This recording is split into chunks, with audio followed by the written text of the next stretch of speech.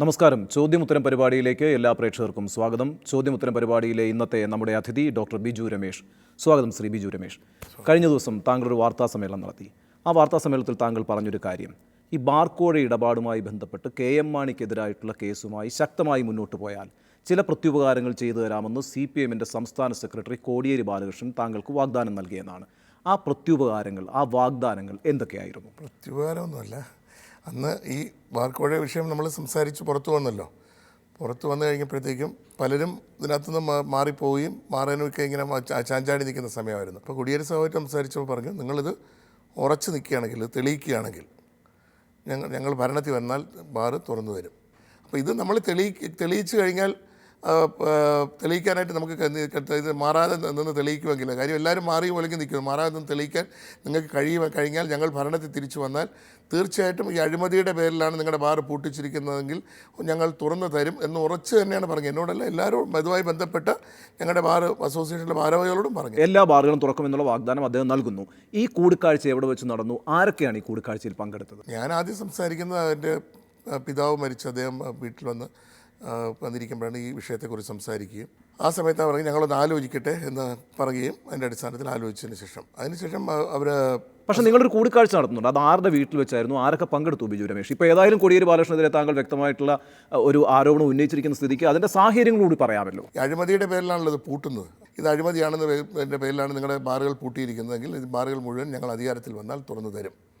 അപ്പോൾ ഞാൻ പറഞ്ഞു, അത് എന്നോട് പറഞ്ഞിട്ട് കാര്യമില്ല, അസോസിയേഷൻ അംഗങ്ങളോട് പറയണമെന്ന് പറഞ്ഞു. ഞാൻ പ്രസിഡൻറ്റിനെയും സെക്രട്ടറിയും എല്ലാവരെയും വിളിച്ചറിയിച്ചു. കൃഷ്ണദാസ് വൈസ് പ്രസിഡൻ്റായിരുന്നു, ഉണ്ണി പ്രസിഡൻ്റായിരുന്നു. ഉണ്ണിയും ഇവർ രണ്ടുപേരും കൂടെ ആയിട്ട് വരികയും അദ്ദേഹവുമായി പോയിരുന്നു സംസാരിക്കുകയും. രാജ്കുമാർ ഉണ്ണി, പോളക്കുളം കൃഷ്ണദാസ്, ബിജു രമേശ് എന്നിവരാണ്. ഞാൻ സംസാരിച്ച് കഴിഞ്ഞിട്ട് ഇവരാണ് പോയി രണ്ടാമത് സംസാരിച്ചത്. അപ്പോൾ കോടിയേരി ബാലകൃഷ്ണനുമായിട്ട് ഇവരാണ് കൂടിക്കാഴ്ച നടത്തുന്നത്? അതെ, നടത്തിയിട്ട് അവർ തിരിച്ച് ഞാൻ അതിനു മുമ്പ് ഞാൻ സംസാരിച്ചു. അപ്പോൾ തുറക്കും അവരിപ്പോൾ അസോസിയേഷനായിട്ട് സംസാരിക്കും. എവിടെ വെച്ചാൽ ഈ കൂടിക്കാഴ്ച നടന്നത്? AK സെൻ്ററാണെന്ന് തോന്നുന്നു. പോയി കണ്ടിട്ട് വന്നു. ഞാൻ എവിടെയാണെന്ന് ഡീറ്റെയിലും ചോദിക്കാൻ പറ്റില്ല. കണ്ടായിരുന്നു, എന്ത് പറഞ്ഞെന്ന് ചോദിച്ചു. അവർ തുറന്നു തരാമെന്ന് പറഞ്ഞു. പക്ഷേ ഉണ്ണി തിരിച്ച് സർക്കാസ്റ്റിക്കായിട്ട് ചോദിച്ചു, മോന് വേറെ പണിയൊന്നുമില്ലേ, ഇവർ അധികാരത്തിൽ വരുന്ന എന്തോ ഉറപ്പെന്ന്. അവരാരും അതിന് കൂടെ നിൽക്കാൻ തയ്യാറായില്ല. നിന്ന് കഴിഞ്ഞാൽ ഭരണത്തിൽ വരുന്ന ചെയ്യുമെന്ന് ഉറപ്പൊക്കെ പറഞ്ഞു, ഉറപ്പൊക്കെ കിട്ടി, അതിലൊന്നും കാര്യമൊന്നുമില്ല എന്ന് പറഞ്ഞിട്ട് അവരത് വളരെ മുഖവിലേക്ക് എടുക്കാതെ പോയി. പക്ഷേ അതിനുശേഷം കാണുമ്പോഴും ഇതുമായി ബന്ധപ്പെട്ട് പലപ്പോഴും ഈ പ്രശ്നങ്ങൾ നടക്കുമ്പോൾ അതിനുശേഷം ഇതുമായി ബന്ധപ്പെട്ട CD-യും സംഭാഷണത്തിൻ്റെ ശബ്ദരേഖയൊക്കെ കൊണ്ടുപോയി ഞാൻ കൊടുത്തായിരുന്നു. അല്ല ബിജു രമേശ്, ഇതിനകത്ത് ഈ കാലയളവിൽ ഈ K ബാബു ഒരു വാർത്താ സമ്മേളനം നടത്തിയത് താങ്കൾക്ക് ഓർമ്മയുണ്ടാവില്ല. ആ വാർത്താ സമ്മേളനത്തിൽ വെച്ച് K ബാബു ഉന്നയിച്ചൊരു ആരോപണം എന്ന് പറയുന്നത്, V ശിവൻകുട്ടി MLA-യുടെ വീട്ടിൽ വെച്ച് ബിജു രമേശ്, രാജ്കുമാർ ഉണ്ണി തുടങ്ങിയവർ കോടിയേരി ബാലകൃഷ്ണനുമായിട്ട് കൂടിക്കാഴ്ച നടത്തുകയും സർക്കാരിനെ അട്ടിമറിക്കാനൊരു ശ്രമം നടത്തുകയും ചെയ്തു എന്നുള്ളൊരു ആരോപണം ബാബു ഉന്നയിച്ചു. ചില ശബ്ദരേഖകൾ ആ സമയത്ത് അദ്ദേഹം വാർത്താ സമ്മേളനത്തിലൂടെ പുറത്തുവിടുകയും ചെയ്തു. അങ്ങനൊരു കൂടിക്കാഴ്ച നടന്നിരുന്നു? ഞാൻ ശിവൻകുട്ടി MLA-യുടെ വീട്ടിൽ പല പ്രാവശ്യം പോയിട്ടുണ്ട്. പക്ഷേ ഇങ്ങനെ കൂടിക്കാഴ്ചയ്ക്ക് വേണ്ടി ഞാൻ പോയിട്ടില്ല. ഇനി അവർ അവിടെ ഇരുന്ന് സംസാരിച്ചോ എന്ന് എനിക്കറിയില്ല. ശരി, അപ്പോൾ കോടിയേരി ബാലകൃഷ്ണൻ ഉറപ്പ് തരുന്നു, അതായത് നിങ്ങൾക്ക് എല്ലാവർക്കും പല ഘട്ടങ്ങളിലായിട്ടുള്ള കൂടിക്കാഴ്ചകളിൽ ഉറപ്പ് നൽകുന്നു, എല്ലാ ബാറുകളും തുറന്നു തരുന്നു. അങ്ങനെ പറയുമ്പോൾ താങ്കൾ എന്താണ് മനസ്സിലാക്കിയത്? 2 സ്റ്റാർ അടക്കം തുറന്നു തരും എന്നുള്ളതാണോ വാഗ്ദാനം എന്നാണോ താങ്കൾ മനസ്സിലാക്കിയത്? ഇതിൻ്റെ പേരിൽ പൂട്ടിയിരിക്കുന്ന ബാറുകളെല്ലാം വളരെ വ്യക്തമായിട്ടല്ലേ പറഞ്ഞാൽ ഈ അഴിമതിയുടെ പേരിലാണ് ഇത് പൂട്ടിയത്. പൈസ കൊടുക്കാത്തതിൻ്റെ പേരിലാണ് ഈ ഹോട്ടലുകൾ കംപ്ലീറ്റ് അടച്ചിട്ട്. അല്ലാതെ അത് കഴിഞ്ഞിട്ട് പിന്നെ അതിനെല്ലാം FL11 കൊടുത്ത് പരിശോധിച്ച് പിന്നെ എക്സൈസ് പരിശോധന നടത്തിയിട്ട് നിലവാരമുള്ളതിന് പുതുക്കി കൊടുക്കുമെന്ന് പറഞ്ഞ് മുഖ്യമന്ത്രി പറയുകയും നിലവാരമുള്ളത് പരിശോധിച്ചിട്ടാണ് കൊടുത്തത്. അല്ല, അവിടെയാണ് പ്രശ്നം. ആദ്യം ഈ നിലവാരമില്ലാത്ത ബാറുകൾ പൂട്ടണമെന്നുള്ള നിർദ്ദേശത്തിന്റെ അടിസ്ഥാനത്തിലാണ് 418 ബാറുകൾ പൂട്ടുന്നത്. പിന്നീടാണ് അഴിമതിയും ഒക്കെ ആയിട്ട് ബന്ധപ്പെട്ട് കാര്യങ്ങൾ വരുന്നത്. അപ്പോൾ താങ്കൾക്ക് ഇപ്പോൾ എത്ര ബാറുകളുണ്ട് ഉണ്ടായിരുന്നു ആ കാലഘട്ടത്തിൽ? എൻ്റെ മനസ്സിലാക്കൽ 9 ബാറുകൾ താങ്കൾക്ക് ഉണ്ടായിരുന്നു അല്ലേ? അതിലെത്ര 3 സ്റ്റാർ ഉണ്ട്? അതിൽ 2 4 സ്റ്റാർ ആയിരുന്നു, 3 3 സ്റ്റാർ ക്ലാസ് 2 എടുത്തിട്ട് 3 ക്ലാസിഫിക്കേഷൻ എടുക്കാന്നുള്ളതായിരുന്നു. ഞാൻ കൊടുത്തിട്ടില്ലായിരുന്നു. അല്ല, എന്താ പുതുക്കാതിരുന്നത്? ആ കാലഘട്ടത്തിൽ താങ്കൾക്ക് എന്തായാലും ഈ 2 സ്റ്റാറിന് എന്തായാലും കിട്ടാതിരിക്കുന്ന സാഹചര്യം. ഞാൻ അന്ന് തന്നെ ഡിക്ലെയർ ചെയ്താണല്ലോ. ഈ പദ്യനയത്തിൽ എനിക്ക് 5 എണ്ണം ഇപ്പോൾ തുറക്കാൻ പറ്റുമായിരുന്നു. ഇപ്പോൾ അപേക്ഷ കൊടുത്ത 5 എണ്ണം ക്ലാസിഫൈ 1 മാസത്തിന് എടുത്തിട്ട് ഞാൻ തുറന്ന് കാണിച്ചു തരാം ഇതിന് വേണമെങ്കിൽ. ഇനിയിപ്പോൾ ഈ ഉണ്ണി പറയുന്നതിൻ്റെ അടിസ്ഥാനത്തിലാണെങ്കിൽ 5 ബാറുകൾ ഞാൻ ഒരു 2 മാസത്തിനകത്ത് അന്ന് താങ്കൾക്ക് ഉറപ്പുണ്ടായിരുന്നു. താങ്കളുടെ ഈ 2 സ്റ്റാർ അപ്ഗ്രേഡ് ചെയ്തില്ല എങ്കിലും താങ്കൾ ചെയ്തൊരു പ്രവൃത്തിക്ക് നന്ദിയായിട്ട് ഇടതുപക്ഷം 2 സ്റ്റാർ അടക്കമുള്ള ഹോട്ടലുകൾക്ക് ബാറിന്റെ ഒരു പ്രശ്നമല്ല. ഞാൻ ഈ ബാർ കൊണ്ട് മാത്രമല്ല ജീവിക്കുന്നത്. എൻ്റെ ബാറിന്റെ പ്രശ്നത്തിന് വേണ്ടിയല്ല ഞാൻ സമരം ചെയ്യുന്നത്. താങ്കൾ ഈ മദ്യം വിൽക്കുന്നതിന് ഇനി എതിരായിട്ട് നിൽക്കുകയാണെങ്കിൽ താങ്കളുടെ എല്ലാ ഹോട്ടലുകളിലും ഞാൻ മനസ്സിലാക്കുന്നത് ബിയർ ആൻഡ് വൈൻ വിൽക്കുന്നുണ്ട് എന്നാണ്. താങ്കൾ അപ്പം മദ്യവിൽപ്പനയ്ക്കെതിരാണെന്ന് പറയാൻ കഴിയില്ല. ബിയർ ആൻഡ് വൈൻ മാത്രമേ അന്നപ്പോൾ FL11 അന്ന് എടുത്തായിരുന്നു. ഞാൻ ഈ തൊഴിലാളികളെല്ലാം എവിടെ കൊണ്ട് നിർത്തും? എൻ്റെ കൂടെ 10, 25, 30 വർഷമായ തൊഴിലാളികളുണ്ട്. ഈ പല ഹോട്ടലിൽ ശമ്പളം കൊടുക്കാനുള്ള പൈസ മാത്രമേ അതിൽ നിന്ന് കിട്ടുന്നുള്ളൂ. ഇപ്പോഴും മനസ്സിലാകാത്തത് ഈ 2 സ്റ്റാർ എന്തുകൊണ്ടാണ് ബിജു രമേശ് അപ്ഗ്രേഡ് ചെയ്യാതിരുന്നത് എന്നുള്ളതാണ്. അതിന് വ്യക്തമായ ഒരു കാരണം താങ്കൾക്ക് പറയാൻ പറ്റുന്നില്ല. 3 സ്റ്റാറിൻ്റെ ഫെസിലിറ്റി ഉള്ളത് കംപ്ലീറ്റ് എടുക്കുന്ന ആപ്ലിക്കേഷൻ കൊടുത്താൽ മതി. ഉണ്ണിക്ക് നിർബന്ധമായി എന്നെ കൊണ്ട് തുറപ്പിക്കണമെന്നാണെങ്കിൽ ഞാൻ അടുത്ത ഒരു മാസത്തിനകത്ത് 5 ബാർ ലൈസൻസ് എടുത്ത് താങ്കൾ തുറക്കണ്ട. പക്ഷേ താങ്കൾക്കൊരു വിരക്തിയൊക്കെ അനുഭവപ്പെട്ടു. ഇനി മദ്യവിൽപ്പന വേണ്ട, മറ്റ് വിദ്യാഭ്യാസം പോലുള്ള മേഖലകളിലൊക്കെ പ്രവർത്തിച്ചേക്കാം എന്ന് പറയുന്ന ഒരു അവസ്ഥയിലേക്ക് താങ്കൾ എത്തി. ആത്മീയമായി അത്രയും ഉന്നതമായ ഒരു നിലവാരത്തിലേക്ക് താങ്കൾ എത്തിയോ? എനിക്ക് ഒരു ഇതല്ല തോന്നി. എനിക്ക് പല ഈ പറയപ്പെടുന്ന ഹോട്ടലുകളിൽ പലരും ജപ്തിയുടെ വർക്കിൽ നിൽക്കുന്നു, പലരും ആത്മഹത്യ വർക്കിൽ നിൽക്കുന്നു, കുറേ തൊഴിലാളികൾ ആത്മഹത്യ. ഇതൊന്നും ആരും കാണുന്നില്ലല്ലോ. ഏകദേശം 10-40,000 കുടുംബങ്ങൾ നമുക്ക് 3 സ്റ്റാർ ഹോട്ടലായിട്ട് അവരൊക്കെ അപ്ഗ്രേഡ് ചെയ്തു. ഈ പറയുന്ന കാലഘട്ടത്തിൽ 3 സ്റ്റാർ ഹോട്ടലുകളായിട്ട് അവരെല്ലാം അപ്ഗ്രേഡ് ചെയ്യുകയും അവർക്കൊക്കെ ലൈസൻസ് കിട്ടുകയും അവരൊക്കെ ബാർ തുടങ്ങുകയും ചെയ്തു. ഈ പറയുന്ന ഒരുപാട് ഹോട്ടലൊന്നും പോയിട്ടില്ല. ഏകദേശം ഒരു 10, 50, 60 ഹോട്ടലുകളാണ് 2ൽ നിന്ന് 3ലേക്ക് അപ്ഗ്രേഡ് ചെയ്യുന്നത്. ബാക്കിയുള്ളതൊന്നും പലരും ഈ നടത്തിക്കൊണ്ടുപോകാൻ സാമ്പത്തിക ശേഷിയില്ലാതെ നിൽക്കുന്നു. ബാധ്യത കയറി ആദ്യത്തെ തന്നെ ഒരു റിന്യൂവേറ്റ് ചെയ്ത് തന്നെ 1-1.5 കോടി രൂപ മുടക്കിയാണ് രണ്ടാമത് റിന്യൂവേറ്റ് ചെയ്തത്. ഈ പ്രശ്നങ്ങളൊന്നും താങ്കൾക്കില്ലായിരുന്നു, സാമ്പത്തികമായ ഒരു ബുദ്ധിമുട്ടും താങ്കൾക്കുണ്ടായിരുന്നത്. പക്ഷേ താങ്കൾ അപ്ഗ്രേഡ് ചെയ്യേണ്ടെന്ന് തീരുമാനിച്ചു. ഞാൻ അപേക്ഷ കൊടുത്ത് വേണമെങ്കിൽ ഞാൻ പറഞ്ഞു ഒരു മാസത്തിനാണ് വേണമെങ്കിൽ എടുത്തത്. ഈ പറയുന്ന ഞാനന്ന് ഈ പോളിസി വന്നപ്പോൾ ഞാൻ എതിർത്ത് ചാനലിൽ പറഞ്ഞതാണ്. ഞാൻ 3ഉം 4ഉം ആ സമയത്ത് എൻ്റെ 4 ഉണ്ട്, 4 ക്ലാസിഫിക്കേഷൻ ഉണ്ട്. എനിക്ക് വേണമെങ്കിൽ അന്ന് അപേക്ഷ കൊടുത്താൽ എനിക്ക് കിട്ടത്തില്ലേ? അല്ല, യഥാർത്ഥത്തിൽ ഈ താങ്കളുടെ 2 സ്റ്റാർ ഹോട്ടലുകൾക്ക് ബാർ ലൈസൻസ് കിട്ടാത്തതിൻ്റെ ഭാഗമായിട്ട് ഉണ്ടായിട്ടൊരു പകയുടെ അടിസ്ഥാനത്തിലാണ് താങ്കൾ ഇപ്പോൾ CPM-നെതിരായിട്ട് രംഗത്തേക്ക് വന്നിരിക്കുന്നത് എന്ന് ഞാൻ പറഞ്ഞാൽ താങ്കളുടെ പ്രതികരണം എന്തായിരിക്കും? ഞാൻ CPM-നെതിരല്ല, കോടിയേരി ബാലകൃഷ്ണനെതിരായിട്ടാണ് താങ്കൾ ആരോപണം ഉന്നയിച്ചിരിക്കുന്നത്. ഞാനതിൽ വാഗ്ദാന ലംഘനം നടത്തി പ്രധാനമായ ആരോപണം പറയുന്ന മാണി സാറിന് ഇതിനകത്ത് കൂട്ടുന്നതിലാണ്. എനിക്ക് ബാർ വിഷയമൊന്നും ഒരു വിഷയമല്ല. മാണി സാറിന് ഇതിനകത്തോട്ട് തിരിച്ചു കൊണ്ടുവന്നു കഴിഞ്ഞാൽ ഈ LDF അടുത്ത ഒരു 5 വർഷം കൂടി ഭരിക്കണമെന്ന് ആഗ്രഹിക്കുന്ന ഒരു വ്യക്തിയാണ്. മാണി സാറിന് ഇതിനകത്ത് കൂട്ടിക്കഴിഞ്ഞാൽ മാണി സാർ അപ്പം തൊട്ട് എന്നെ കുഴിച്ചു മൂടാനുള്ള പണിയായിരിക്കും മാണി സാർ ഈ കേരള കോൺഗ്രസ് തുടങ്ങുന്നത്. ബാറ് തുടങ്ങുന്നതെന്ന് ഒരു വിഷയമല്ല, എനിക്ക് കഴുകി കൂടാനുള്ള വക എനിക്കുണ്ട്. മാണി സാർ അധികാരത്തിൽ വന്നാൽ മാണി സാറും കൂട്ടനും കൂടി ചേർന്ന് എന്തൊക്കെ എനിക്ക് പണിയാൻ പറ്റുമോ കഴിഞ്ഞ UDF പണിക്ക് എന്നെ ക്രിമിനൽ കേസ് വരെ പ്രതിയാക്കാനായിട്ട് ചാർജ് ഫ്രെയിം ചെയ്ത് വെച്ചിട്ടാണ് പോയത്. മാണി സാറും കൂടെ ഇവരെ കൂടെ കൂടിക്കഴിഞ്ഞാൽ പിന്നെ ഞാൻ ഇത്രയും ഇത് ചെയ്ത് എന്നെ കംപ്ലീറ്റ് ആയിട്ട് തിരിച്ച് നശിപ്പിക്കുന്നത് ഇത്രയും ഇത് ചെയ്ത അതോടുകൂടി LDF-ൻ്റെ പ്രതിച്ഛായ നഷ്ടപ്പെട്ടു പോകും. പോയി കഴിഞ്ഞാൽ അടുത്ത വർഷം പിന്നെയും തിരിച്ച് UDF കയറി വരികയും ചെയ്യും. ഇവരെല്ലാം കൂടെ ഞാൻ നാട് വിട്ടു പോകുന്ന ഒരവസ്ഥയിലേക്ക് താങ്കളോട് കോടിയേരി ബാലകൃഷ്ണൻ പറയുന്നു മാണിക്കെതിരായിട്ട് ശക്തമായി നിൽക്കുക, എന്നിട്ട് ഇത് തെളിയിക്കുക. അങ്ങനെ തെളിയിച്ചു കഴിഞ്ഞാൽ ഈ അടുത്ത സർക്കാർ വരും, നിങ്ങളുടെ ബാറുകളെല്ലാം തുറന്നു തരും. ആ വാഗ്ദാന ലംഘനമല്ല താങ്കളെ ബുദ്ധിമുട്ടിക്കുന്നത്, മറിച്ച് മാണിയുമായി ഐക്യപ്പെടാനുള്ള CPM-ന്റെ നീക്കമാണ്. മാണിസാറിൻ്റെ അഴിമതി നമ്മൾ ഹൈലൈറ്റ് ചെയ്തുകൊണ്ടുവന്നു. മാണിസാറിന് ഏറ്റവും കൂടുതൽ ശത്രുതയുള്ള എന്നോടാണ്, അല്ല ബാക്കി ആരുമല്ലോ മാണിസാറിനെതിരെ ചെയ്തതെന്ന്. എന്നെ പല രീതിയിൽ സ്വാധീനിക്കാനും സമ്മർദ്ദം ഭീഷണിപ്പെടുത്തി നോക്കി, സാമ്പത്തികം വെച്ച് പറഞ്ഞു നോക്കി. 10 കോടി രൂപ ഓഫറുമായിട്ട് അവരെ ജോസ് കെ മണി അടക്കമുള്ളവർ സംസാരിച്ചു. ഇതൊക്കെ കഴിഞ്ഞ് നമ്മൾ മാറിയിട്ട് നമ്മൾ അതിൽ തന്നെ പിടിച്ചു നിൽക്കുമ്പോൾ നമ്മൾ പിന്നെ എന്താണ് നമ്മളെ ഓഫർ പറയാൻ പറഞ്ഞത്? അപ്പോൾ മാണിയെ കൊടുക്കാനായിട്ട് CPM-മായി ചേർന്ന് താങ്കളൊരു ഗൂഢാലോചന നടത്തിയെന്ന് താങ്കൾ ഇപ്പോൾ സമ്മതിച്ചുകൊണ്ടിരിക്കുകയാണ്. ഞാൻ എന്ത് ഗൂഢാലോചന നടത്തിയത്? അല്ല, മാണിക്കെതിരായിട്ടുള്ള കേസുമായിട്ട് ശക്തമായി മുന്നോട്ട് പോകണം. അതിന് താങ്കൾ പിന്തുണ തേടിയത് CPM-മായി ബന്ധപ്പെട്ടാണ്. ഗൂഢാലോചന അല്ലല്ലോ. അഴിമതി തെളിയിക്കുകയാണെങ്കിൽ ഞാൻ പിന്മാറരുത്, ഞാനല്ല നിങ്ങളത് തെളിയിക്കാൻ. പിന്മാറരുതെന്ന് പറയുമ്പോൾ അതിനകത്തൊരു വാഗ്ദാനം കൂടിയുണ്ട്, എല്ലാ ബാറുകളും തുറന്നു വരുമ്പോൾ. അഴിമതി തെളിയിച്ചാൽ നമ്മൾ അഴിമതി തെളിയിച്ചാൽ അഴിമതിയുടെ പേരിലാണല്ലോ നമ്മളെ പൂട്ടിയത്. പൈസ കൊടുക്കാത്തത് കൊണ്ട് പൂട്ടിയത് കൊണ്ട് തുറന്നു.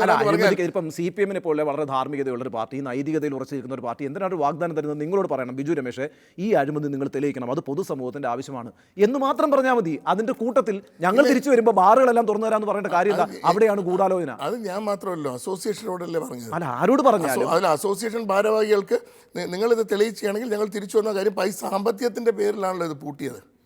പൈസ കൊടുക്കാത്തതിൻ്റെ പേരിലാണ് ഇത് പൂട്ടിച്ചതുകൊണ്ട് അത് തെളിയിക്കുകയാണെങ്കിൽ അത് തുറന്നു വരുമെന്ന് മാത്രമേ പറഞ്ഞുള്ളൂ. അതിലൊക്കെ ഉപരി അവിടെ വരുന്ന ബുദ്ധിമുട്ടെന്ന് പറഞ്ഞാൽ ഇതിന് ഏറ്റവും കൂടുതൽ നമ്മൾ LDF-ഉം എല്ലാം ഹൈലൈറ്റ് ചെയ്ത മാണി സാറിൻ്റെ അഴിമതിയാണ്.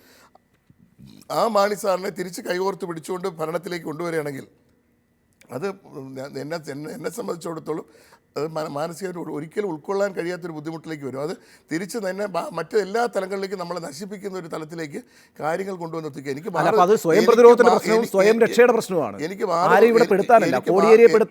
ബാറ് തുറക്കണമെന്നുള്ള ആഗ്രഹമൊന്നും ഇപ്പോഴും ഇല്ല. അതൊക്കെ മടുത്തുപോയി. ബാറ് വിഷയത്തിൽ മടുത്താണ് ഞാൻ തുറക്കാത്തത്. ഇപ്പം ക്ലാസിഫിക്കേഷൻ എയർപോർട്ടിൻ്റെ അവർ ഇത് വന്നപ്പോൾ മൊത്തത്തിൽ മാനേജേഴ്സ് കംപ്ലീറ്റ് ചെയ്തായിരുന്നു. എയർപോർട്ടിൻ്റെ ഇഷ്യൂ ആയിട്ട് വന്നിരിക്കുക. എയർപോർട്ടിൽ കാര്യം എയർലൈൻ്റെ ക്യാൻസലേഷൻ കംപ്ലീറ്റ് ഞങ്ങൾ അവിടെ താമസിച്ചുകൊണ്ടിരുന്നത്, അത് കംപ്ലീറ്റ് കൊടുക്കാൻ പറ്റുന്നില്ല. അപ്പോൾ തിരിച്ച് ക്ലാസിഫിക്കേഷൻ മൂവ് ചെയ്യണമെന്ന് പറഞ്ഞ് പേപ്പേഴ്സ് റെഡിയാക്കുക.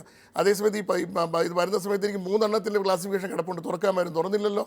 ഞാനെൻ്റെ ഒരു പേപ്പർ എഴുതി കൊടുത്താൽ പോരായിരുന്നു, FL 3 ആയി കിട്ടുമായിരുന്നല്ലോ. എന്തുകൊണ്ട് ചെയ്തില്ല? 5 എണ്ണം ക്ലാസിഫൈ ചെയ്ത് വേണമെങ്കിൽ കാണിച്ചു തരാം, അടുത്ത മാസം തുറന്നും കാണിച്ചു തരാം. അപ്പോൾ അതിനോടുള്ള ഒരു താല്പര്യമൊന്നുമില്ല. ഒരു സത്യത്തിൽ മൊത്തത്തിലൊരു വിരക്തി. ഉണ്ണി പറഞ്ഞൊരു കാര്യം ശരിയാണ്. അപ്പോൾ അതിൽ മൊത്തത്തിലൊരു മടുപ്പും വിരക്തിയും തോന്നിയൊരു കാലഘട്ടമാണ്. അതിനേക്കാളും കൂടുതൽ മാനസിക സമ്മർദ്ദം, വിഷമം തോന്നിയത് നമ്മൾ ഇത്രയും ഫൈറ്റ് ചെയ്ത് നിന്നിട്ട് ആ കേസ് തെളിയിക്കാതെ, ഈ മാണിസാറിൻ്റെ അഴിമതി നമ്മൾ ഇത്രയും ഹൈലൈറ്റ് ചെയ്ത് കൊണ്ടുവന്നിട്ട് അത് തെളിയിക്കാൻ പറ്റാതെ, അതിന് അന്വേഷണം പോലും നടത്താതെ, വോയിസ് അനലൈസ് ടെസ്റ്റ് നടത്താൻ പറഞ്ഞിട്ട് പോലും അതുപോലും അന്വേഷണ ഏജൻസി ചെയ്യാതെ സ്പെഷ്യൽ പ്രോസിക്യൂട്ടറെ വെച്ചു, ജേക്കബ് തോമസ് സാർ. ആ സ്പെഷ്യൽ പ്രോസിക്യൂട്ടറെ പോലും ഒന്നിപ്പോലും തൊടിയിക്കുക. ഹൈക്കോടതിയിൽ മാണിസാർ കൊടുത്ത കേസിന് സ്പെഷ്യൽ പ്രോസിക്യൂട്ടർ കയറാൻ സമ്മതിച്ചില്ല.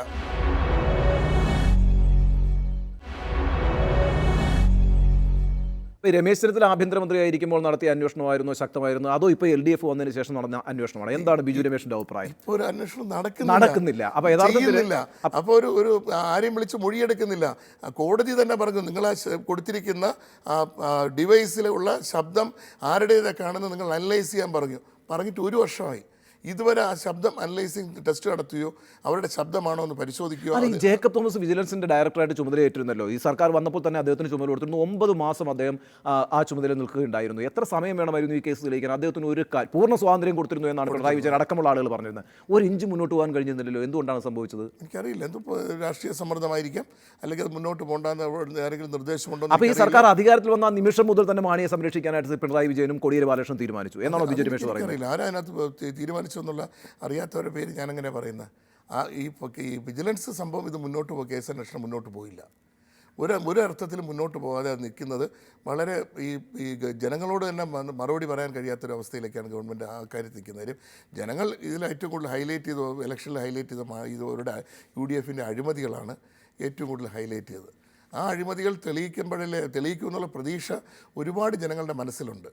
ആ അഴിമതികൾ തെളിയിക്കാനായിട്ടാണ് മുന്നോട്ട് കഴിയേണ്ടത്. അഴിമതികൾ തെളിയിക്കാതെ പിന്നെയും അഴിമതിക്കാരനെ വെള്ളപൂശി തിരിച്ചു കൊണ്ടുവരികയും അവരെ തിരിച്ച് അതിനേക്കാൾ ഏറെ വിഷമം തോന്നിയ അഴിമതി വെള്ളപൂശി രക്ഷപ്പെടുത്തുക മാത്രമല്ല, ആ അഴിമതിക്കാരനെ തന്നെ വെള്ളപൂശി നേരെ LDFിലേക്ക് വരുന്നു എന്ന് കേട്ടപ്പോൾ സത്യം പറഞ്ഞാൽ അങ്ങ് തകർന്നു. അല്ല, ഈ LDFനെ അല്ലല്ലോ നിങ്ങൾ കുറ്റപ്പെടുത്തുന്നത്. ഇപ്പോൾ ബിജു രമേശിന്റെ കുറ്റപ്പെടുത്തൽ മുഴുവൻ CPMന്റെ സംസ്ഥാന സെക്രട്ടറിയായ കോടിയേരി ബാലകൃഷ്ണൻ നേരെയാണ്. കോടിയേരി ബാലകൃഷ്ണൻ അല്ലെങ്കിൽ തന്നെ പല ആരോപണങ്ങളും ഇപ്പോൾ നേരിട്ടുകൊണ്ടിരിക്കുന്ന ഒരു സാഹചര്യത്തിൽ കോടിയേരി വാഗ്ദാനം നൽകിയെന്നാണ് താങ്കൾ തന്നെ പറഞ്ഞത്. താങ്കളുടെ വാർത്താ സമ്മേളനത്തിൽ കോടിയേരി പറഞ്ഞിരിക്കുന്നു, ഉറപ്പ് നൽകിയിരിക്കുന്നു, ഞങ്ങൾക്ക് ആ ബാറുകളെല്ലാം തുറന്നു തരുമെന്ന് കോടിയേരി ബാലകൃഷ്ണൻ ഉറപ്പ് നൽകുന്നതാണ്. പിണറായി വിജയന്റെ പേര് പറഞ്ഞില്ല. പിണറായി കണ്ടു, വൈക്കം വിശ്വനെ കണ്ടു, VS അച്യുതാനന്ദനെ കണ്ടു, ഇതെല്ലാം താങ്കൾ പറഞ്ഞു. പക്ഷേ ഇവരിൽ നിന്നും ഒരു ഉറപ്പും കിട്ടിയതായി താങ്കൾ പറഞ്ഞില്ല. പക്ഷേ കോടിയേരിയുടെ പേരിലാണ് താങ്കൾ പാർട്ടി സെക്രട്ടറിയോടാണ് ചോദിച്ചത്, അസോസിയേഷൻ എന്തെങ്കിലും നമുക്കിത് എന്ത് ചെയ്യാൻ കഴിയുമെന്ന് പറഞ്ഞു. എന്തുറപ്പ് തരാൻ കഴിയും? ഞങ്ങളിപ്പോൾ ഇത് കേസ് ഇത്രയും കാര്യങ്ങൾ കോടിയേരി ഉറപ്പ് തരുന്നു. അപ്പോൾ ആലോചിക്കട്ടെ എന്ന് പറഞ്ഞു. അദ്ദേഹം ഉറപ്പൊന്നും അപ്പം പറഞ്ഞില്ല, ആലോചിക്കട്ടെ എന്ന്. അതിനുശേഷമാണ് അദ്ദേഹം പറഞ്ഞത്, നിങ്ങളിത് ഈ അഴിമതിയുടെ പേരിലാണ് നിങ്ങളുടെ ബാറ് പൂട്ടിപ്പോയതെന്ന് ആണ് തെളിയിക്കുന്നതെങ്കിൽ ഞങ്ങൾ അധികാരത്തിൽ വന്നത്. ഇത് പറഞ്ഞ സെൻറ്റൻസ് ആണ് അദ്ദേഹം. അഴിമതിയുടെ പേരിലാണ് നിങ്ങളുടെ ബാറുകൾ പൂട്ടിപ്പോയെന്ന് നിങ്ങൾ തെളിയിക്കുകയാണെങ്കിൽ ഉറപ്പായിട്ടും ഞങ്ങൾ അധികാരത്തിൽ വന്നാൽ നിങ്ങളുടെ ബാറുകൾ തുറന്നു തരും. എന്നിട്ട് അധികാരത്തിൽ വന്ന് ഈ ബാക്കിയുള്ളവരുടെ ബാറുകൾ തുറന്നു കൊടുക്കാത്ത ഇത് ബാർ തുറക്കുന്ന പോളിസി വന്നപ്പോൾ തന്നെ ഞാൻ അന്ന് പത്രസമ്മേളനം നടത്തിയായിരുന്നു. ഈ മദ്യത്തോട് ഞാൻ യോജിക്കുന്നില്ല, അതുകൊണ്ട് ഞാൻ ബാറുകൾ തുറക്കുന്നില്ല എന്ന് തന്നെ തീർച്ചയായും. അന്ന് എനിക്ക് വേണമെങ്കിൽ 3 അപ്പം അപേക്ഷ കൊടുത്ത് തുറക്കായിരുന്നു, അന്നേ ദിവസം തുറക്കായിരുന്നു. അന്ന് മാണിക്കെതിരായിട്ടുള്ള കേസിൽ ഉറച്ചു നിൽക്കാൻ വേണ്ടിയിട്ട് CPM നേതൃത്വവുമായിട്ട് ആലോചനയോ നടത്തിയ ബിജു രമേശ് ഇപ്പോൾ കോടിയേരി ബാലകൃഷ്ണനെതിരായിട്ട് രംഗത്ത് വരുന്നതിന് പിന്നിൽ എന്തെങ്കിലും ഗൂഢാലോചനയുണ്ടോ? ആരുടെയെങ്കിലും പ്രേരണയുണ്ടോ? എനിക്ക് ഏറ്റവും കൂടുതൽ ഇഷ്ടമുള്ള ഒരാളാണ് കോടിയേരി ബാലകൃഷ്ണൻ. അദ്ദേഹത്തോട് എതിർപ്പോ വിരോധമൊന്നുമില്ല. പക്ഷേ ഈ പറഞ്ഞ കാര്യം പറയുമ്പോഴത്തേക്കും എതിർപ്പോ വിരോധമായിട്ട് പറയുന്നത്, ഞാൻ LDF 10 വർഷം ഭരിക്കണമെന്ന് ആഗ്രഹിക്കുന്ന വ്യക്തിയാണ്. മാണിസാറിനെ പോലുള്ളവരെ അതിനകത്ത് കൊണ്ടുവന്നെങ്കിൽ കോടിയേരി ബാലകൃഷ്ണവും ബാക്കിയുള്ളവർക്കല്ല പ്രശ്നം. അവർ നേരെ അടുത്ത ടാർഗറ്റ് ചെയ്യുന്ന പിന്നെ എന്നിലേക്ക് അവരുടെ അവർ ഏത് അധികാരത്തിൽ വന്നാലും എന്തായാലും 3-4 വകുപ്പ് കൊടുക്കാതെ അവർ വരില്ലല്ലോ. ഈ 3-4 വകുപ്പ് അവരെ കയ്യിൽ കിട്ടും. എല്ലാ അർത്ഥത്തിലും എന്നെ ഇവിടെ നിന്ന് പൂട്ടുന്ന അവസ്ഥയിലേക്ക് വരും. ഈ മാണിക്കെതിരായിട്ട് ഈ ആരോപണം ഉന്നയിച്ചതിൽ ഇപ്പോൾ ഒരു ഖേദമുണ്ടോ ബിജു രമേശിന്? എനിക്കൊരു ഖേദമില്ല. മാണി സാർ ഒരു കാര്യം ചെയ്തത് സത്യമാണെന്ന് ഇനിയിപ്പം ഇവരിപ്പം യോജിച്ചാലും യോജിച്ചില്ലെങ്കിലും ഇതെന്ത് വന്നാലും ശരി, ഇതുമായിട്ട് കേസ് അങ്ങനെ ബിജു രമേശ് ഈ KM മാണിയെ ടാർഗറ്റ് ചെയ്തത് ഇപ്പോൾ അന്നത്തെ കണക്കനുസരിച്ച് 20 കോടിയും കാണും നിങ്ങൾ പിരിച്ചിരുന്നല്ലോ. അതിനകത്ത് 1 കോടി മാത്രമാണ് ഇപ്പോൾ താങ്കൾ ഈ പറഞ്ഞ കണക്ക് 3 ഗഡുക്കളായിട്ട് പിന്നെ KM മാണിക്ക് കൊടുത്തത്. ബാക്കി പൈസയൊക്കെ എവിടെ പോയി? ആരാണത്? 10 കോടി രൂപ ബാബുവിന് കൊടുത്തേരും പറഞ്ഞല്ലോ. ഇതുവരെ ആ കേസ് അതെത്രയോ പിന്നീടാണ് പറയുന്നത്. ആദ്യം ഈ 1 കോടി രൂപ യഥാർത്ഥത്തിൽ ബിജു രമേശ് ആർക്കെതിരായിട്ട് ആരോപണം ഉന്നയിക്കേണ്ടത്? ആ കാലഘട്ടത്തിൽ എക്സൈസ് മന്ത്രിക്കെതിരായിട്ടാണ് ഉന്നയിക്കേണ്ടത്. അതിന് പകരം KM മാണിക്ക് എതിരായിട്ട് ഉന്നയിച്ചത് വലിയ ഗൂഢാലോചനയുടെ ഭാഗമായിട്ടായിരുന്നു അന്ന് തന്നെ ആരോപണം. അതായത് മാണി CPMമായി ചേർന്ന് മന്ത്രിസഭയെ അട്ടിമറിച്ച് മുഖ്യമന്ത്രിയാകാൻ ശ്രമിക്കുന്ന ഘട്ടത്തിൽ കോൺഗ്രസുമായി ഗൂഢാലോചന നടത്തി. കോൺഗ്രസിന്റെ പിന്തുണയോടുകൂടി ബിജു രമേശ് അന്ന് 1 കോടി രൂപയുടെ ആരോപണം ഉന്നയിക്കും. ഞാൻ ആരുമായിട്ടും ഗൂഢാലോചന നടത്തിയിട്ടൊന്നും അല്ല ചെയ്യുന്നത്. അതാ ഞാൻ പറയാനുള്ള വാക്കുകൾ ഒഴിവാക്കണമെന്ന്. ഞാനന്ന് ചാനൽ ചർച്ചയിൽ സംസാരിച്ചുകൊണ്ടിരിക്കുമ്പോൾ പോലും ഞാൻ ഏത് മന്ത്രി എന്ന് പോലും ഞാൻ പറഞ്ഞില്ല.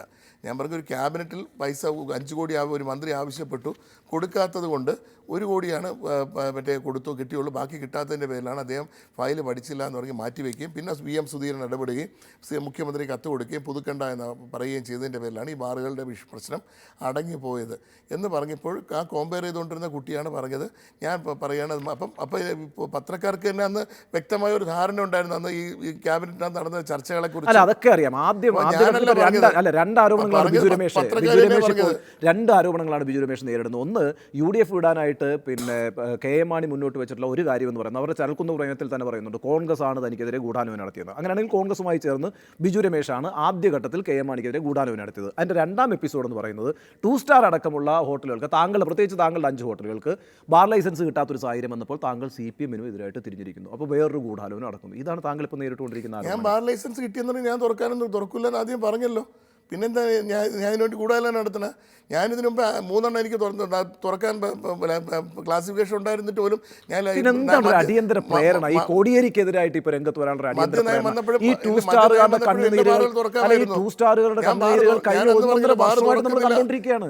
1.5 വർഷമായിട്ട് ഈ 2 സ്റ്റാറുകളുടെ കണ്ണുനീരുകൾ തുറക്കാൻ കഴിയാത്ത ആളുകളുടെ കണ്ണുനീരൊക്കെ നമ്മൾ കണ്ടുകൊണ്ടിരിക്കുകയാണ്. ഇപ്പോൾ ഈ ഘട്ടത്തിൽ കോടിയേരി മറ്റൊരു ആരോപണം നേരിട്ടുകൊണ്ടിരിക്കുന്ന ഘട്ടത്തിൽ എന്തിനാണ് ബിജു രമേശിന് ഒരു ഉൾവിളി ഉണ്ടാവുകയും ഇപ്പോൾ കോടിയേരിയെ ടാർഗറ്റ് ചെയ്തുകൊണ്ട് ഒരു ആരോപണം ഉന്നയിക്കുകയും ചെയ്യുന്നത്? അദ്ദേഹത്തോടുള്ള വ്യക്തിവിരോധമോ അല്ലെങ്കിൽ രാഷ്ട്രീയ പകപോക്ക് ആരെങ്കിലും പ്രേരണയോ ഒന്നുമല്ല. ഞാൻ അതാ പറഞ്ഞത്, സംസാരിച്ച വിഷയം ഇതിലാണ് തുടങ്ങിയത്. മാണി സാറിൻ്റെ വിഷയത്തിൽ സംസാരിച്ച് തുടങ്ങിയപ്പോൾ സബ്ജക്റ്റ് ബാറുകൾ തുറക്കുന്നതിനെക്കുറിച്ച് ചോദ്യം വന്നപ്പോൾ ആ ചോദ്യത്തിന് അനുസരിച്ച് പറഞ്ഞാണ് തുറന്നു തരാമെന്ന് പറഞ്ഞു. അത് തുറന്നു തന്നില്ല എന്ന് ഒരു ചോദ്യോത്തരം പോലുള്ളൊരു രീതിയിൽ സംസാരിക്കുന്ന രീതിയിൽ ചോദിച്ചപ്പോൾ പറഞ്ഞപ്പോൾ ഇത് മാത്രമായിട്ട് അവർ ബാക്കിയുള്ള കുറേ സാധനങ്ങൾ കട്ട് ചെയ്തിട്ട് ഇത് മാത്രം മാണിസാറുമായിട്ടുള്ള കാര്യങ്ങൾ പറഞ്ഞത് മൊത്തം കട്ട് ചെയ്ത് കളഞ്ഞിട്ട് ഇത് മാത്രമായിട്ട് എടുത്ത് കാണിച്ചു. ഇതവർ ഹൈലൈറ്റ് ചെയ്ത് കാണിച്ചത് ഇപ്പോൾ എൻ്റെ കുഴപ്പം കൊണ്ടല്ല.